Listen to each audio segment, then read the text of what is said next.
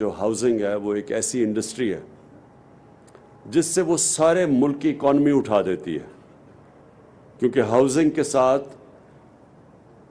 کم از کم 30 industries attached ہیں کہ جب ایک گھر بننا شروع ہوتا ہے تو اس کے ساتھ 30 اور انڈسٹریز کام کرنا شروع کر دیتی ہیں۔ سیمنٹ ہے،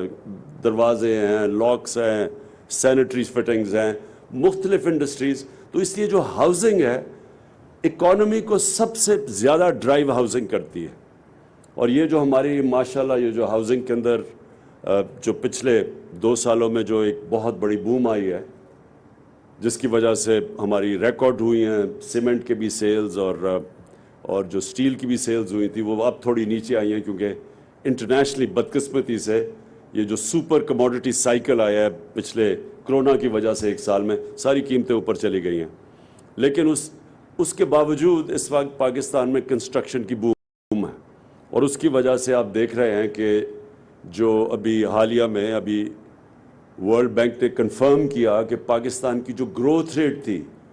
جس ریٹ کے اوپر پاکستان کی دولت میں اضافہ ہو رہا ہے، آمدنی میں اضافہ ہو رہا ہے، وہ 5.037% تھی، جو کہ کرونا کے دور میں بہت تیزی سے، یعنی اس کا مطلب کہ ہماری اکانومی آگے بڑھ رہی ہے۔ یہ مجھے احساس ہے کہ اس کی جو مہنگائی کی وجہ سے ہمارا خاص طور پہ تنخواہ دار طبقہ ابھی مشکلوں میں ہے،